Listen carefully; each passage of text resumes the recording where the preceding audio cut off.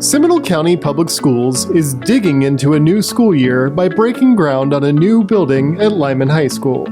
There will be many bright futures because of this project and collaboration with all of you partners. So thank you very much.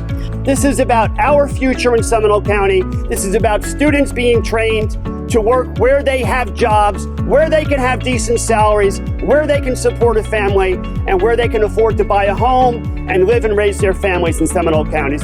The Career and Technical Building will be located near the football stadium and offer a host of new programs.